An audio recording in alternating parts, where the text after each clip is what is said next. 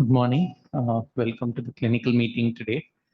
As you all are aware, today will be a clinical case discussion, and I'm thankful to Dr. Tarun, who is also moderating along with myself. Thanks, Tarun, and welcome back from your study leave.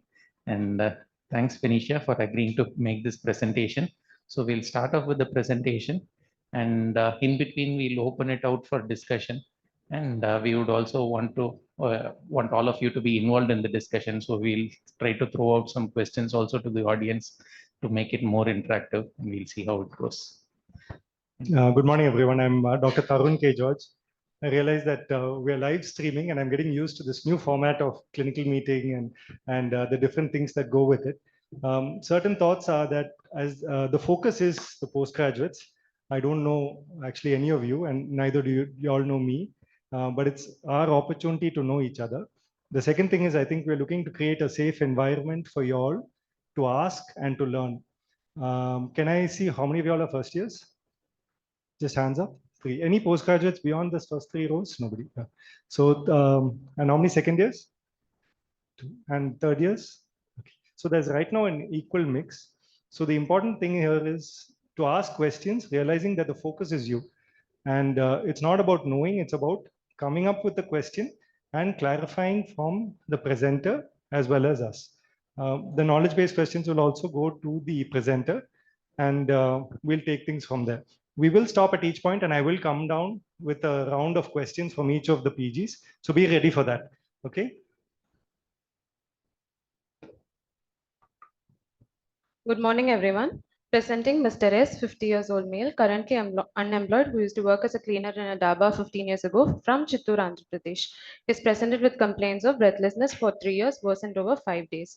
He was apparently well 3 years back, after which he started noticing breathlessness, which was insidious in onset, gradually progressive. Feneeshiah, can you just slow down a bit, please? So he was apparently well 3 years back, after which he started having breathlessness, which was insidious in onset and was gradually progressive. Initially, he could walk a distance of about 500 meters and could climb 2 flights of stairs, which was 3 years back. And currently, it has progressed, and he is too breathless to leave the bed. This was associated with orthopnea. The breathlessness aggravated when he lies to his left side. There is no diurnal or seasonal variation, and it's not associated with PND. His breathlessness has worsened from MMRC grade 2 to grade 4. This was associated with intermittent wheeze. He also had pedal enema before admission for the past 5 days. However, there is no history of cough, expectoration, hemoptysis, or chest pain. There's no history of palpitations or syncope. There's no history of fever. There's no history of abdominal distension or decreased urine output. There's no history of dysphagia or hoarseness of voice. There's no history of joint pain, swelling, dry mouth, dry eyes, Raynaud's phenomenon, skin rashes, or oral ulcers. There's no history of any muscle weakness, no history of any headache or altered sensorium. Past history over the past 3 years. Yeah. So if you could just take us through your presenting at the end of your presenting complaints, what were your differentials and what is the importance of each of the history that you have listed as to what was your thought process, why you had asked for all those history. If you can just go one after the other. You said breathlessness for 3 years worsened over 5 days. So he has been apparently normal before 3 years. Before 3 years, sir. But the last he was working was about 15 years back. Any particular reason that he has stopped working in the last 15 years? There was a trauma, road traffic accident in 2010. Okay, so followed by that, okay, he stopped working. Sure. Okay. So looking at the presenting complaint as such, so he has come with breathlessness. So causes of breathlessness could be both cardiac as well as pulmonary. And at this point, we know, okay, there is 2 things, cardiac as well as pulmonary, and the duration as such, it's something chronic which has worsened over acute period of time.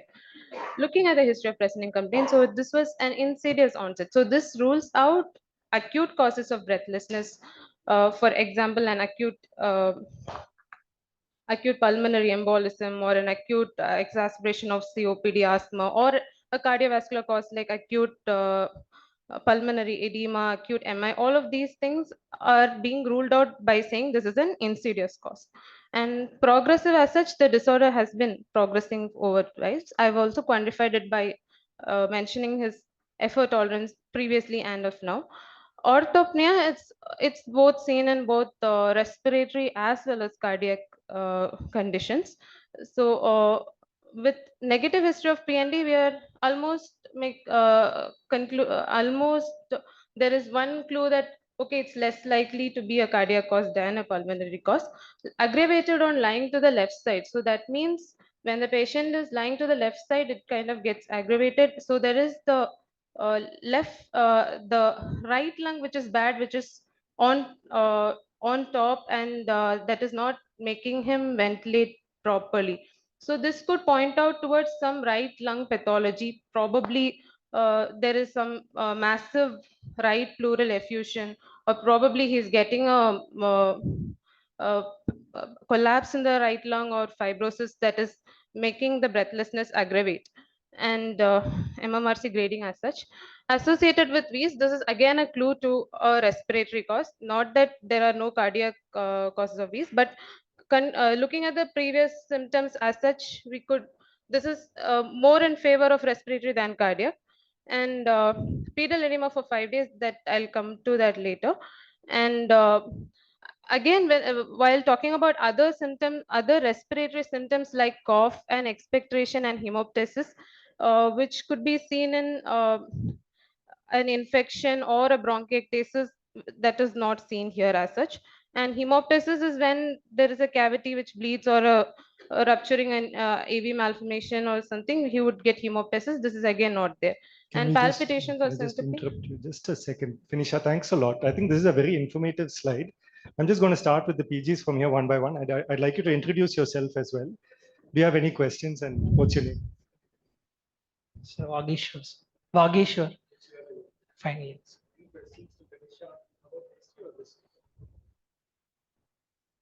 So, PND, she told. This is another important bit about clearly articulating your question to both the teachers as well as the peers.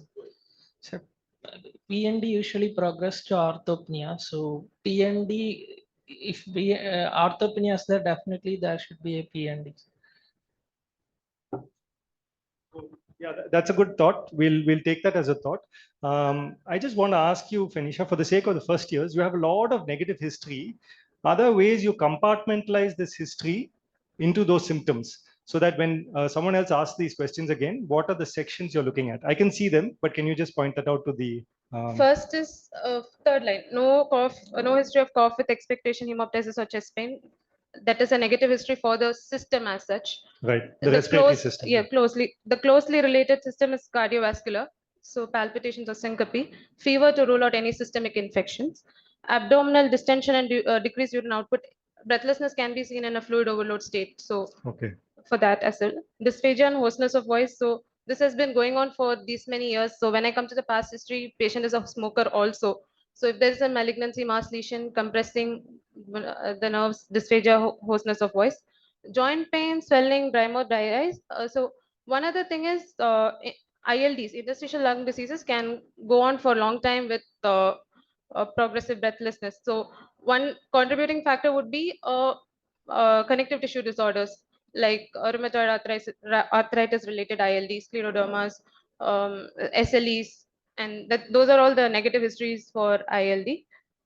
And headache and altered sensoriums, something like disseminated tuberculosis Sure. can go. So that's very important for the first years to actually see that you're sectioning each bit, and therefore the symptoms, please, are expanded based on what you're thinking. Just go back to the previous slide. From this, to me, it seems like this is a relatively stable patient that I would have seen in an OPD.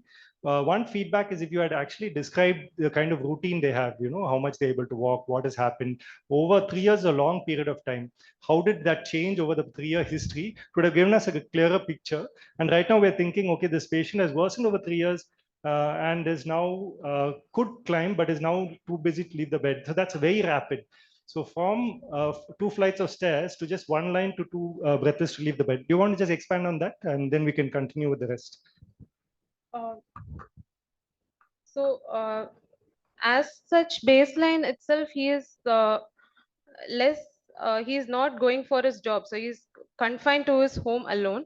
So he goes around for his daily like he just goes around doing his like basic shopping and all for just getting the household chores for his family. That is the major activity he does.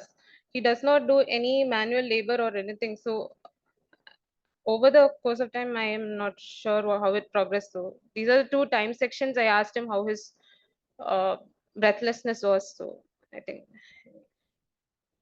Been very important to see that progression from 2 flight of stairs to be actually breathless, not able to leave bed. So actually, I correct myself. This almost seems like he should have come to casualty.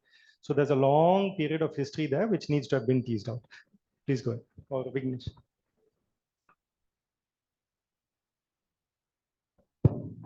That there could be cardiac versus respiratory causes for orthopnea. If you could list us what are the respiratory causes for orthopnea? uh, like bilateral pleural effusions and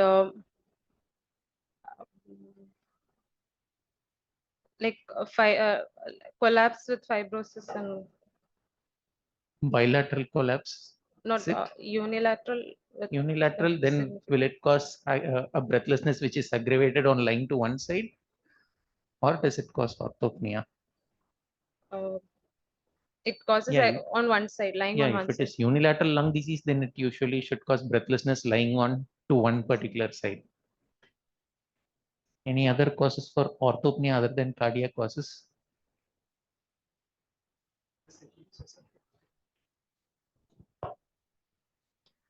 I'm Maria. I'm an intern. I'm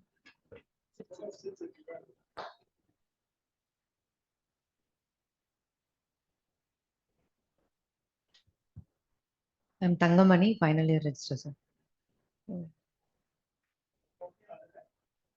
Bye. Bilateral pleural effusion can cause. Bilateral pleural effusion, it should be pretty large enough for it to cause. Yes. And the most Orthopnea. common cause for bilateral pleural effusion is Heart failure. cardiac cause. Cardiac cause.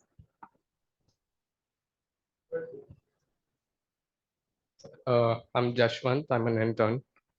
In case of ascites, liver nephrotic, if you lie down.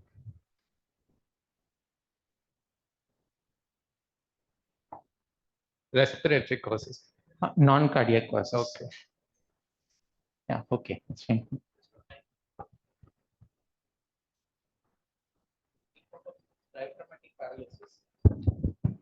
Diaphragmatic paralysis as a cause for orthopnea, because when you lie recumbent, the diaphragm will assume a dome-shaped position. So in the presence of gravity, the diaphragm will remain flat. So as soon as they lie down, as such, the tidal volume will decrease and can cause orthopnea. Past history over the past 3 years, he has a history of multiple visits to hospital where he was treated with nebulizations. 2 years back, he had one hospital admission for the similar complaint. In 2008, he had complaints of cough with moderate expectoration for a period lasting for 1 month, for which he was evaluated in a local center. He remembers sputum evaluation being done as a part of routine workup. However, he does not recollect recount the results. So he took medicines for 10 days and he never followed up on that.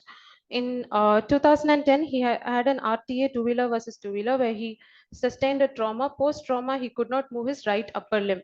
So he could not move the shoulder, elbow, and the wrist and the finger functions as well. A nerve reconstruction surgery was done, followed by which he regained the hand functions.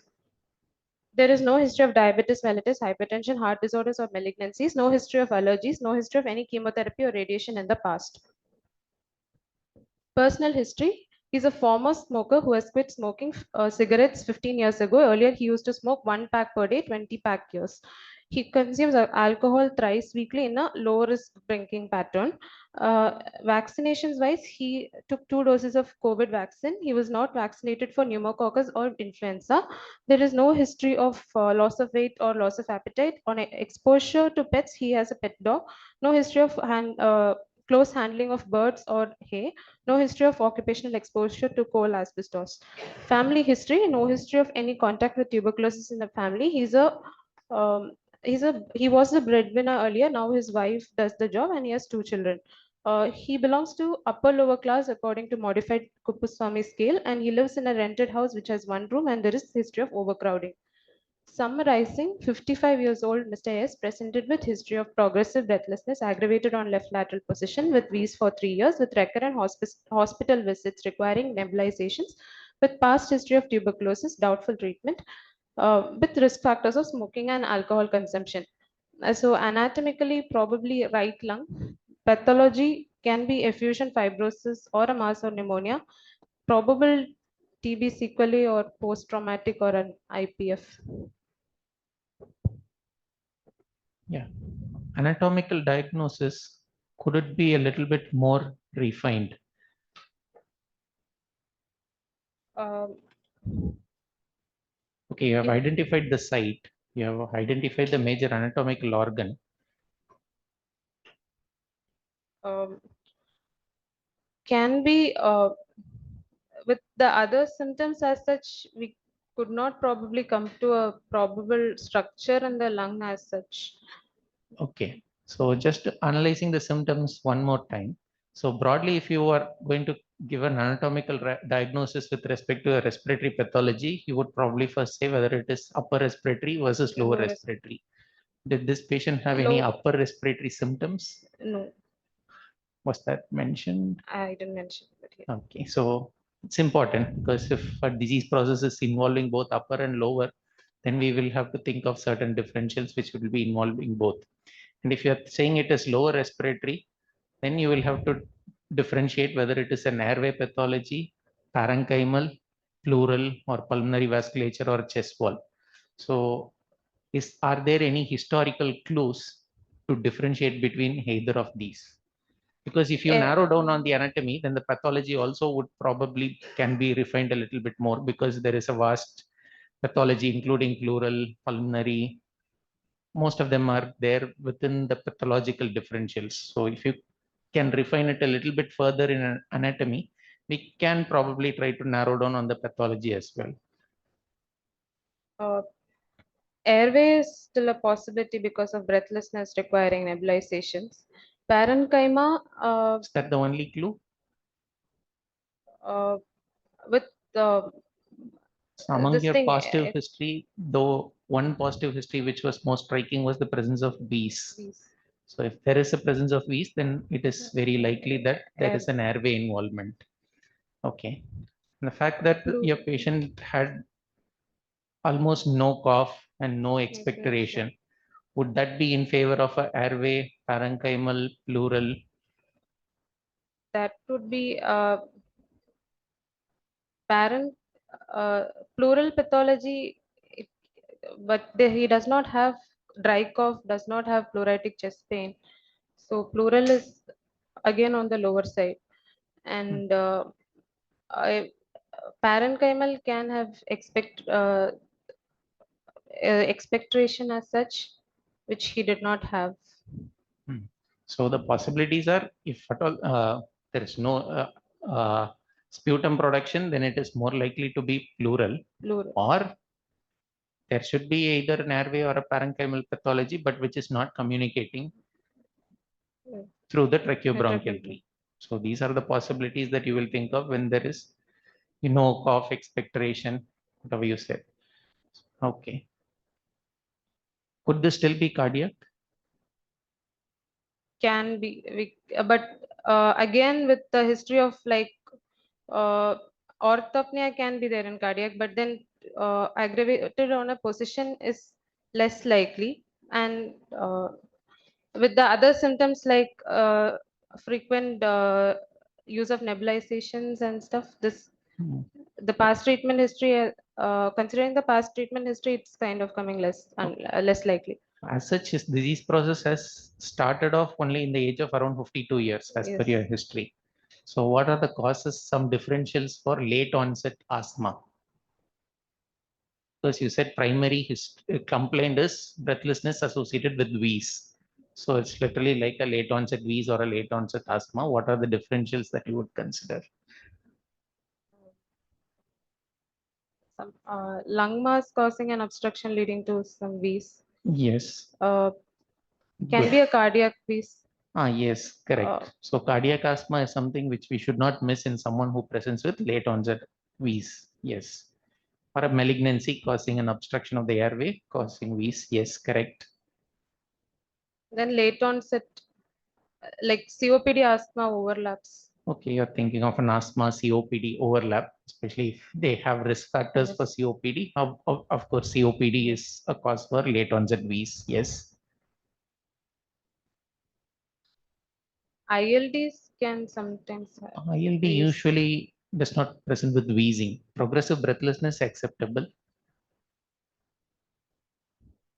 Any other thoughts from any of the others? Final years?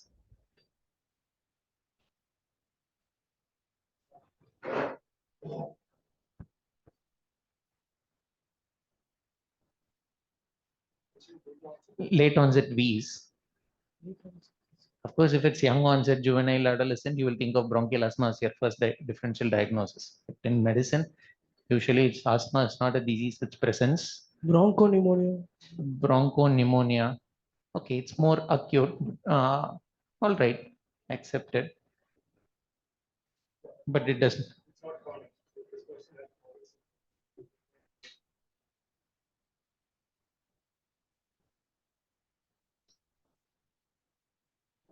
Suppose if this patient also has got, there were some negative histories also which were given. Suppose if this patient also has got some recurrent ongoing fevers, arthralgias, some loss of appetite, loss of weight.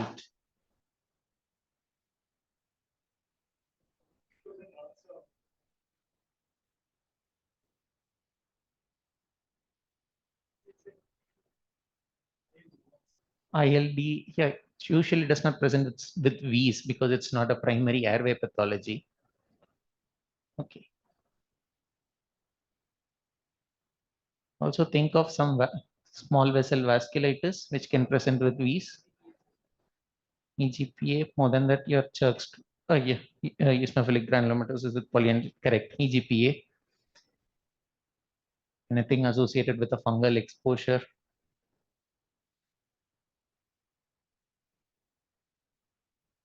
Allergic bronchopulmonary aspergillosis. So these are also certain differentials that you should consider when someone presents with a late onset wheeze, but with appropriate history. Of course, in this patient, there were some negative history of some autoimmune vasculitic pathology which were listed, but should be considered.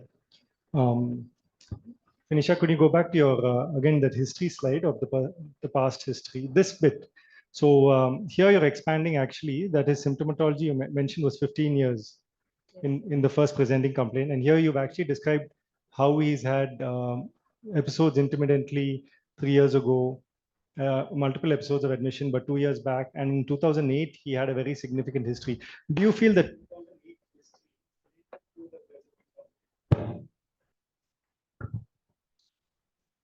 Sir, the history as such is vague to be starting with, but considering the fact that he has got this can be something like a pulmonary tuberculosis, which has progressed to fibrosis. We can consider this as to be related to it, but this can be something as simple as a um, like uncomplicated. Sorry. This could be something like a non-resolving pneumonia, which was due to other causes also, which kind of settled over time. But we do not have what exactly is the sputum results. He does not know that. do you feel this could be pulmonary tuberculosis? That Can be, because cough with moderate expectoration, anything lasting for more than 2 months, we actually consider pulmonary TB as the first differential. but which resolved with medications in 10 days? Or Uh, did he have a this- course of longer antibiotics? no, not longer than 10 days. So it's very unlikely that he Unlikely. had presented with that without a progressive symptomatology for it to be pulmonary tuberculosis. And the other differential you said is non-resolving pneumonia. Again, you're thinking of a little more sinister pathologies. So if you feel that the 2008 event is linked with this, you may bring that, saying that his symptoms has been there for 15 years with an acute worsening over the past 2 weeks. The symptoms started with an event at this point in time, and you progressively go from there. Okay. Please continue. On examination, patient was alert, conscious, and cooperative. He was well built and well nourished with IV line on the right dorsum. He is on 2 liters of O2. He had general examination wise, he had bilateral grade 1 clubbing, no pallor, icterus, cyanosis, generalized lymphadenopathy or pedal edema. This conjunctival injection in the right eye, bilateral hyperpigmentation of legs with dilated tortuous veins bilaterally, and both legs have lipodermatosclerosis changes. There were no external markers of tuberculosis. There were no external markers of lung malignancy, no features of Horner's. Vitals. Pulse was 92 per minute, regular, normal volume, normal character, no radiofemoral or radioradial delay. All peripheral pulses were present and vessel wall was normal. Blood pressure was 110 by 70 millimeters of mercury in left arm sitting position. Respiratory rate was 32 per minute and it was abdominothoracic. He was maintaining a saturation of 92% on 2 liters nasal bronchs. Temperature was 98 Fahrenheit. Respiratory system examination, the upper respiratory tract, the nasal cavity was normal, oral cavity normal, no paranasal sinus tenderness. Lower respiratory tract examination, on inspection, trachea was shifted to right, trail sinus positive, chest wall is asymmetrical with drooping of right shoulder, right supraclavicular hollowing, marked wasting of the right anterior chest wall muscles in the pectoral region. Intercostal spaces were more pronounced in the right compared to the left. A 5 centimeter linear scar healed by primary intention present in the right axillary area. Apical impulse was not visualized. There were no sinuses, dilated veins, visible pulsations. Chest wall movements were decreased on the left side.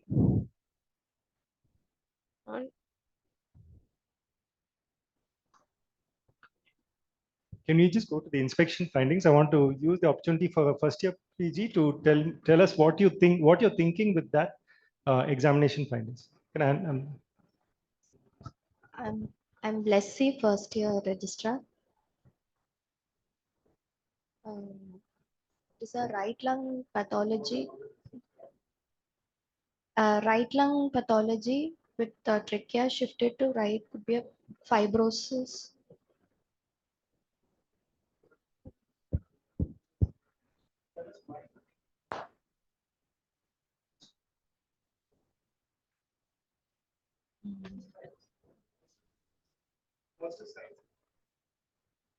Trail signs poster. Asymmetrical chest wall. Drooping of right shoulder. Right supraclavicular hollowing. Wasting of the right anterior chest wall muscles. Some nerve palsy in the right chest wall. Good, Blessy, you picked up all this. Do you feel this is an acute or a chronic aspect? Chronic. So do you think this explains all the presentations or is there something else going on? He's acutely deteriorated, no? So you're thinking, you're looking for two pathologies here. This is a chronic aspect and you're now looking carefully for whether the acute on chronic is on the same side or the opposite side. So those are thoughts that are going on. Please continue. Is there anything missing that any of you feel is any additional detail required?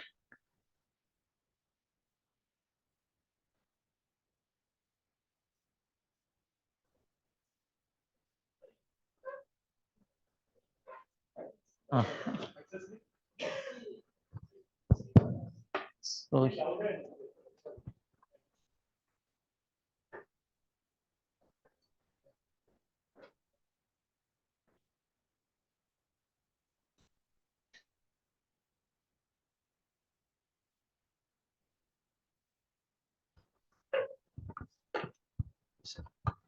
Sternocleidomastoid.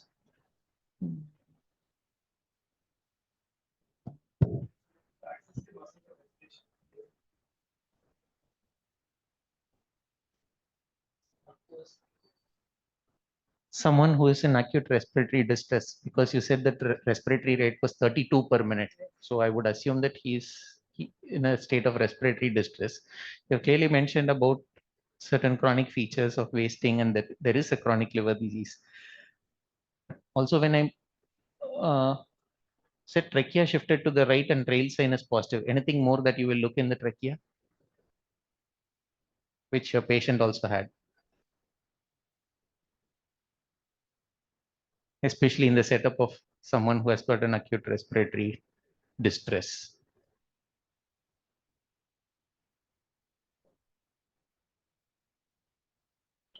Final yes.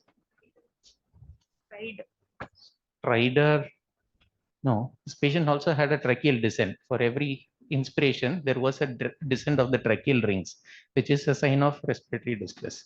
And also, you should be looking for accessory muscles of respiration, as rightly said, which will start from right from LR nasi. LR nasi, your sternocleidomastoid, your scaleni, your intercostal muscles. So you should be. You have mentioned about intercostal spaces were more pronounced in right compared to left. But when someone is in distress, you also look for intercostal indrawing as well as subcostal indrawing. So these will give a visual clue that the patient is currently in acute respiratory distress. Yeah. Good. On palpation, there was no increased warmth or localized tenderness. The inspection findings were confirmed. Trachea was confirmed to be in the right, and apex was in the left fifth intercostal space, 1 centimeter medial to the midclavicular line, and was normal apex. Chest movements were decreased on the right side. There was rib crowding present on the right side. There was no tactile fremitus. Ocal fremitus was decreased in the right supraclavicular, infraclavicular, mammary, axillary, infraaxillary, suprascapular, and interscapular and infrascapular areas, whereas it was normal in the left supraclavicular, infraclavicular, mammary, axillary, infraaxillary, suprascapular, interscapular, and infrascapular areas. Measurements: the anterior-posterior diameter was 21 centimeters, transverse diameter was 30 centimeters, AP is to transverse ratio was 2:3, and chest expansion was 2 centimeter. Right hemithorax expansion was 0. Left hemithorax expansion was 2 centimeters. Spino-scapular distance was 9 centimeter on the right and 11 on the left. Spino-acromial distance was 18 centimeter on the right and 23 on the left. On percussion, there was impaired note in the right supraclavicular, infraclavicular, mammary, axillary, infraaxillary, suprascapular, interscapular, and infrascapular area. Rest of the areas were resonant on percussion.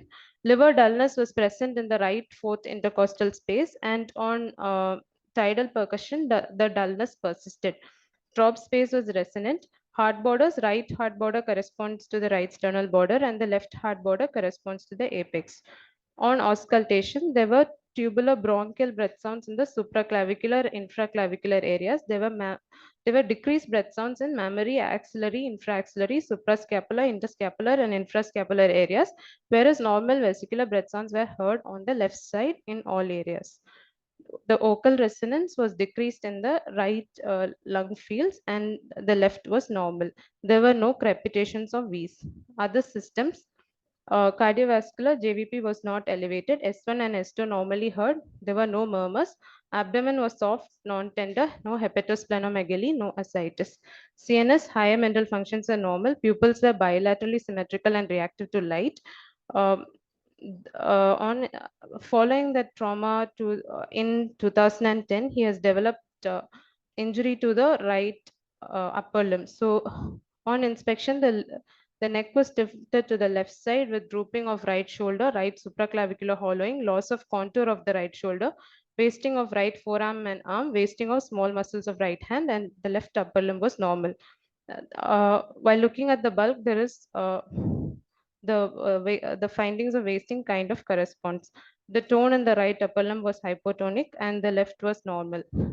On examination of the individual muscle groups, the scapula was in the right side was lateral and the inferior angle was rotated laterally. The power at the shoulder was 0/5, with the individual muscles examined like rhomboid 0/5, serratus 0/5, supraspinatus, infraspinatus 0/5, deltoid latissimus dorsi, pectoralis, subscapularis, tenacious minor, biceps brachioradialis, brachialis, these were all 0/5. Supinator was 4. Triceps was 0 again. The pronators of the forearm with like 3/5. ECR, FCR, extensor digitorum 4/5. FDP, FDS, FPL were all 4 and 3. Opponents was 5. Palmar and dorsal interosseae were 5, and lubricals were 3/5. The left upper limb power tested at individual muscle groups were normal. Sensory was normal, no tinel sign. Reflexes, biceps, triceps, and brachioradialis were absent. Left biceps, triceps, and supinator were 2+. So at the end of history, it's a at the end of examination, it's a right lung parenchymal disease. Pathology is probably fibrosis with complications of respiratory failure. In etiology wise, probable post-infectious sequelae likely to be post-TB or a post-traumatic injury. And then there's a right monoparesis, right brachial plexus injury, which is recovering, and chronic venous insufficiency, bilateral varicose veins, stage C3.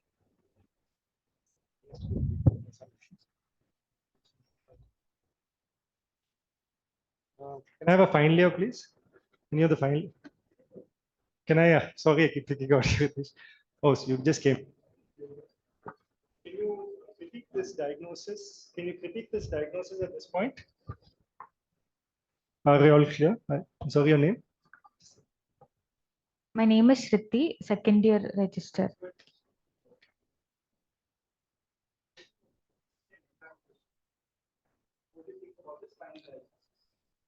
There was history of progressive breathlessness with intermittent wheezing. So we were thinking if it was an airway and probably parenchymal involvement. So I think right lung parenchyma, because volume loss was there right side based on examination. So fibrosis can be there, and collapse differential, because in fibrosis minimal crepitations can be heard, and respiratory failure, patient didn't have flapping tremors, only increased work of breathing, so failure. And etiology, post-infectious tuberculosis can be considered, or since PACs are significant, we might have to consider malignancy as well. PACs. So my comment is again that you have not addressed the acute worsening at all in this diagnosis. It sounds like a very chronic diagnosis for someone who may present in OPD. Just would you like to refine that diagnosis again, bringing in the acute worsening?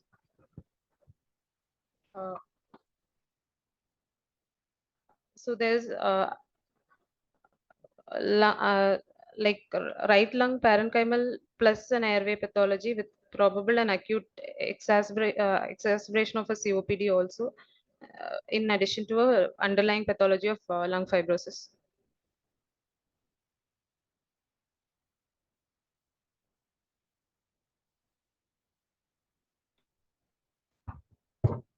Yeah, I think there's a question, nice question from Dr. A.B. Daniel as well. So if you're going to bring in everything, you also said that there was a history of pedal edema as well, right? There was history of pedal edema, but on examination, was the patient still having pedal edema? He did not have He did pedal not edema. have. And JVP was? Not elevated. Not elevated. Okay. But with the history that the patient would have been partially treated, were there any clinical evidence of carpal nail? If so, what were the clinical features that you were looking for other than these two? Were they present or not? Loud P2. Loud P2, okay. And JVP, pedal edema.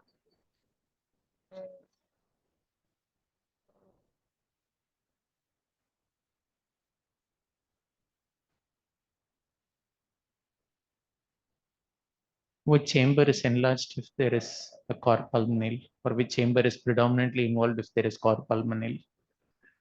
RV. Yes, RV. So what are the features, clinical features that you will be looking for? Ascites and like. You will also be looking for pulsations. epigastric pulsations, parasternal pulsations. You may or may not have a parasternal heave. So in addition to your loud P2. Okay. And okay, if there is a fibrosis in the right lung, that's what you say. What are the clinical features that you described in your inspection, palpation, percussion, auscultation that that is consistent with your diagnosis of fibrosis? Do you think it is a right upper lobe fibrosis, middle lobe, Upper lower and lobe? middle. You think it is upper and middle? Okay. So it's mostly like the volume loss is more in the upper and the middle zones of the chest, Mhm. like the supraclavicular, hollowing, rib crowding, and Okay. And there was a tracheal shift, but tracheal shift.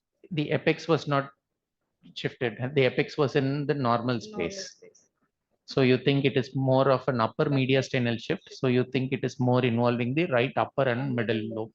That's your okay. So any other clinical And, features that is apart from supporting your diagnosis?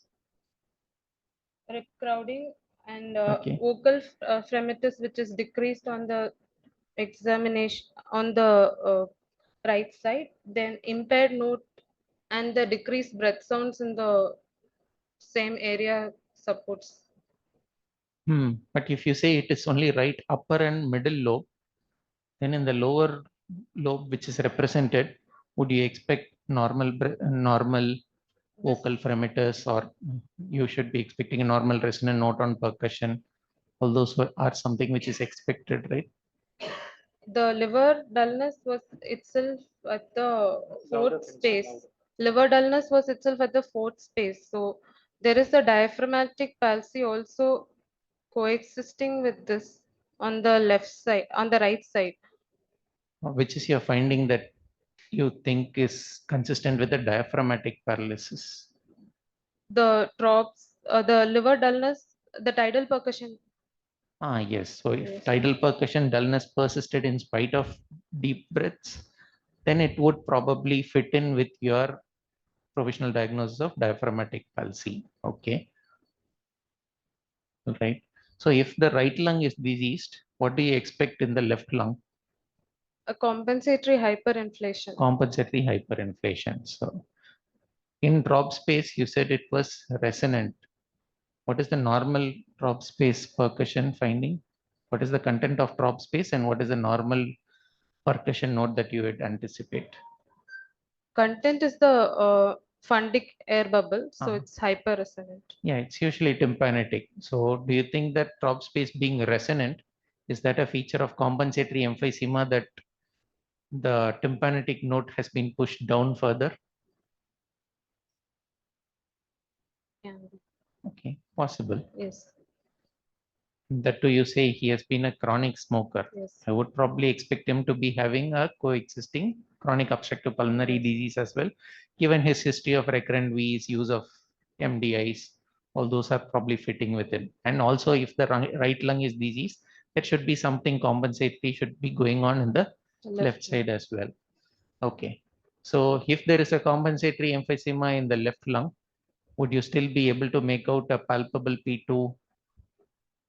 We may not Loud be able P2 to make a that may actually mask. So should think of it. Some of the features of corpal nail, especially in cardiovascular exam, you may not be able to pick up because of a compensatory hyperinflation as well. Okay. So, Feneeshiah, going back to your final diagnosis, I think putting all this together, it's quite important that you consider that you've got a right lung parenchymal coming down to the lobe if you can, mention the lobes. The underlying pathology is fibrosis, but we clearly also described how there's an airway component to it. And the etiology of that is you post-infectious sequelae. Now, the issue of TB historically is not very clear. Even acute bacterial infections can cause it. But the other aspect is historically you've got V's resolving with nebulization. So there is a component of COPD. The acute worsening, why is there an worsening? Is it a COPD exacerbation with an infectious component precipitating that worsening? That would also been required to be fit in. Okay, those are some thoughts.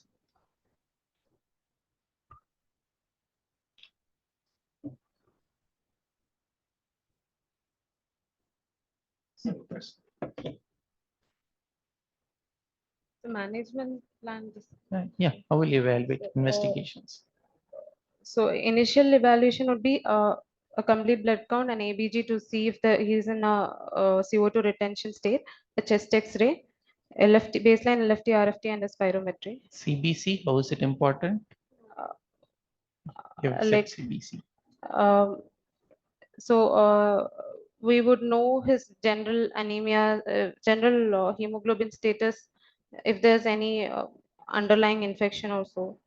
with the total counts and stuff. Okay, so you look for leukocytosis. Yes. With regards to hemoglobin, Hemoglobin, these smokers can have some polycythemia. so you are We'll looking look for a for that. possible secondary polycythemia as well. And Yeah.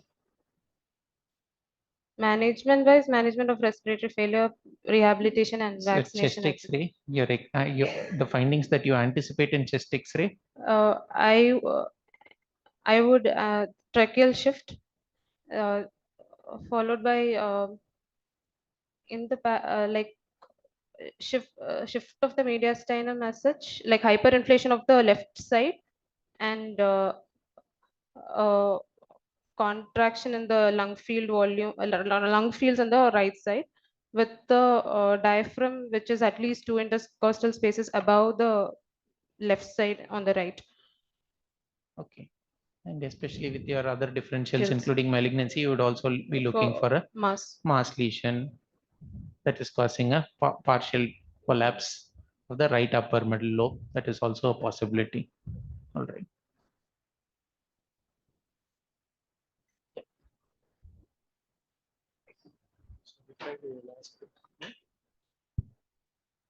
This is your last slide? Yes. Right, we're going to stop here now. I'm going to open the floor for any feedback.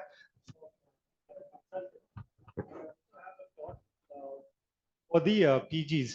So first, any feedback from the consultants, after which we'll have a small session for the postgraduates. Any of the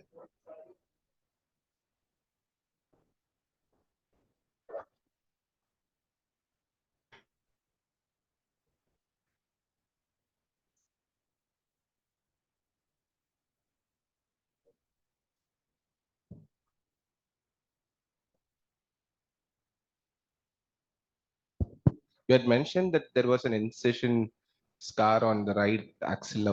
What was it related? That was a nerve reconstruction which was done following the RTA.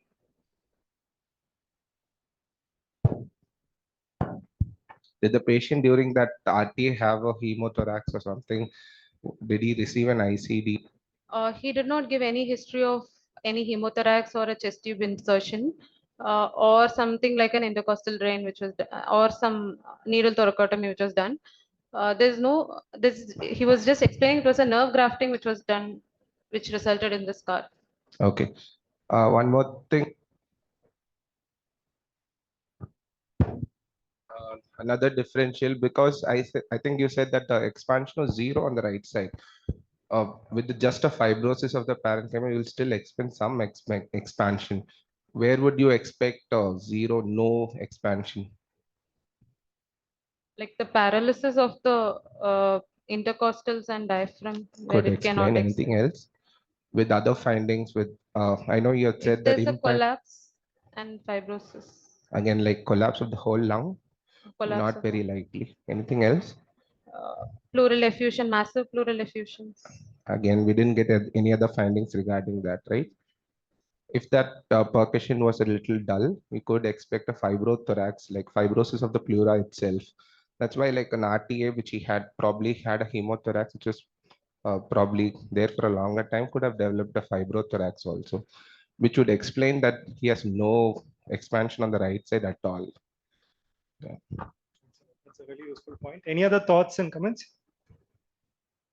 Yeah, Feneeshiah, like Dr. Bennett said, whatever you've put in, the most likely explanation is a fibrothorax. You cannot say fibrosis if the patient does not have crepitations. Clinically, when you're presenting, if it's just a pure parenchymal fibrosis, you will have crepitations.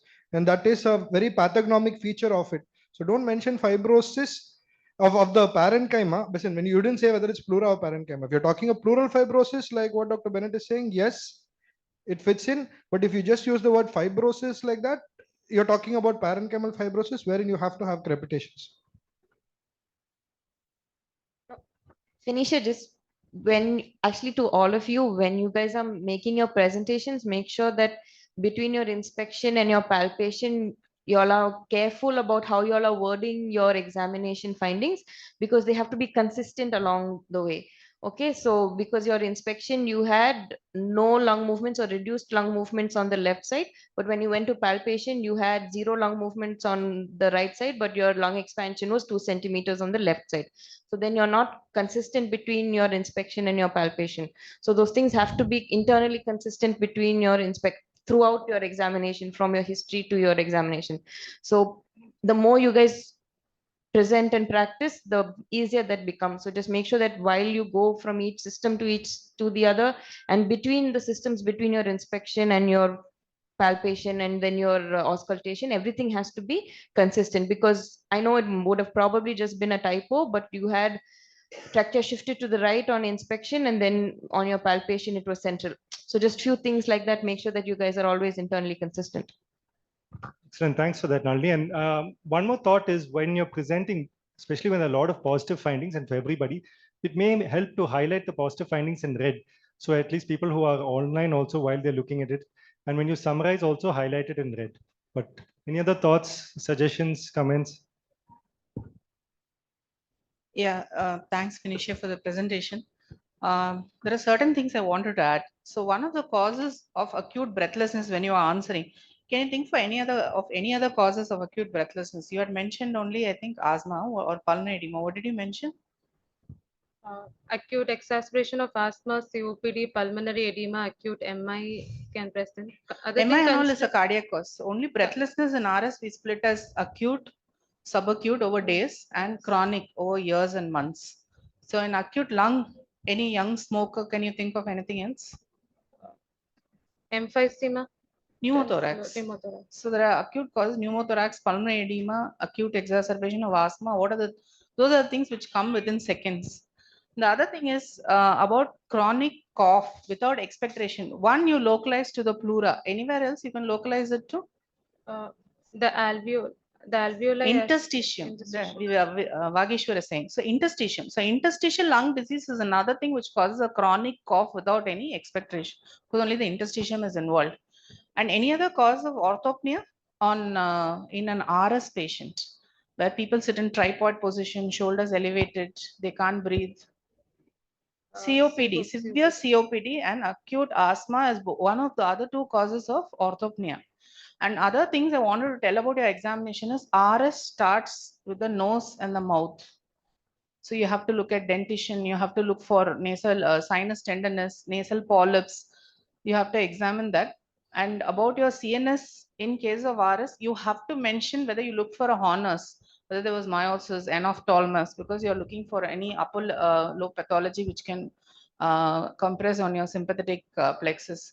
And also you have to mention specifically that there was no, you look for small muscle wasting. Okay, the other things are to look for subcostal angle to see whether you look for COPD, and those are the other examination findings you have to mention. And I completely agree with Dr. Nalini that there has to be internal consistency in RS and CVS.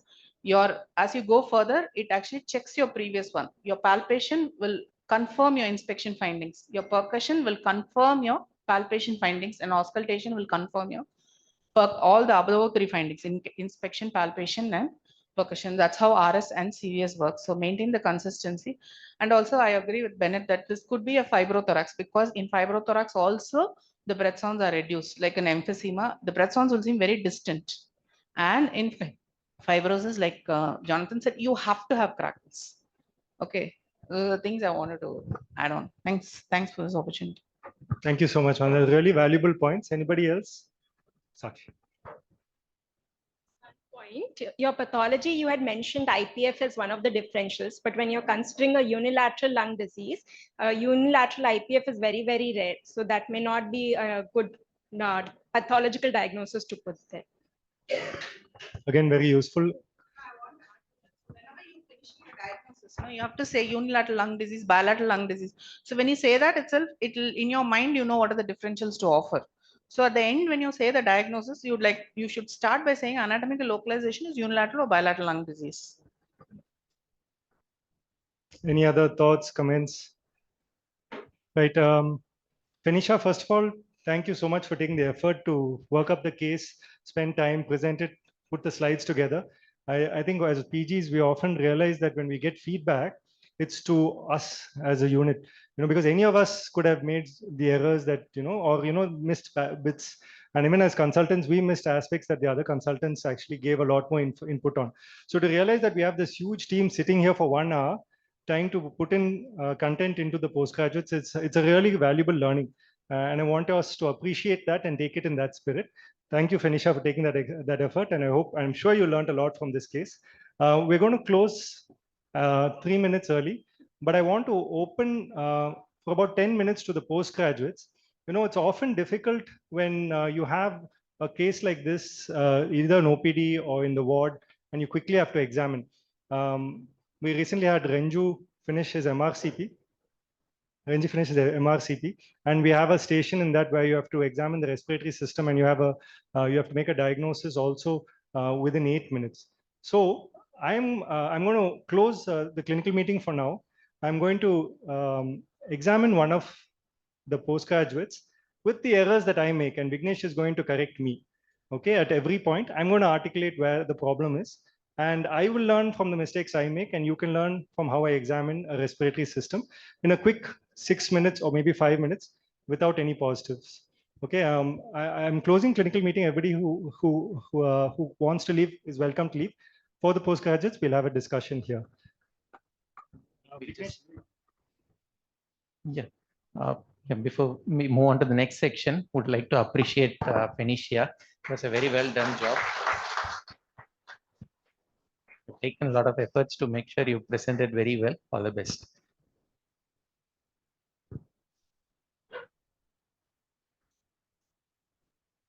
Okay, I requested that. I know I have nominated him, but may I request the postgraduates to come up? Postgraduates to come up and stand around.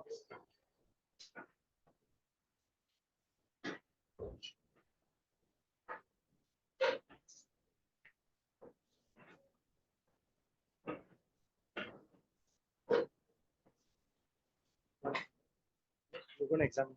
One final comment. I'm going to just pass around a feedback form for both consultants and the postgraduates to assess your peers and the experience of this clinical meeting. May I request all the postgraduates and the consultants to do that?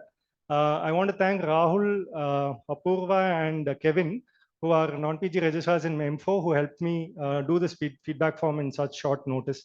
Also, thanks to the people online, Dr. Sudha and Dr. Ebi, for giving your inputs during this clinical meeting.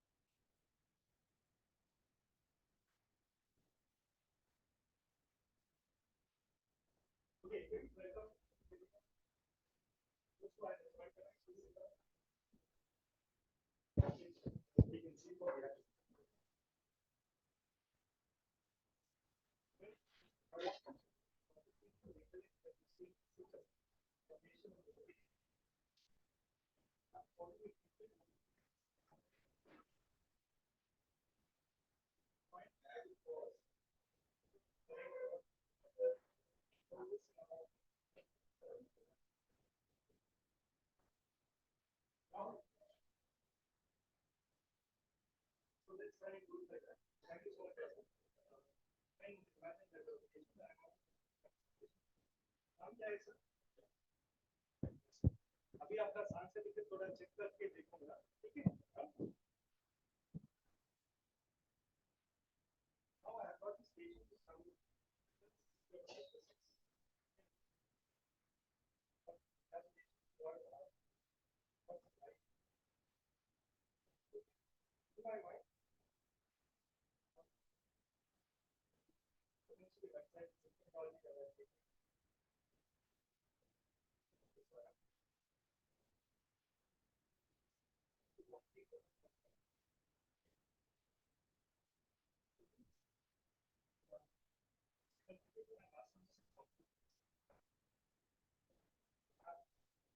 Just exposed.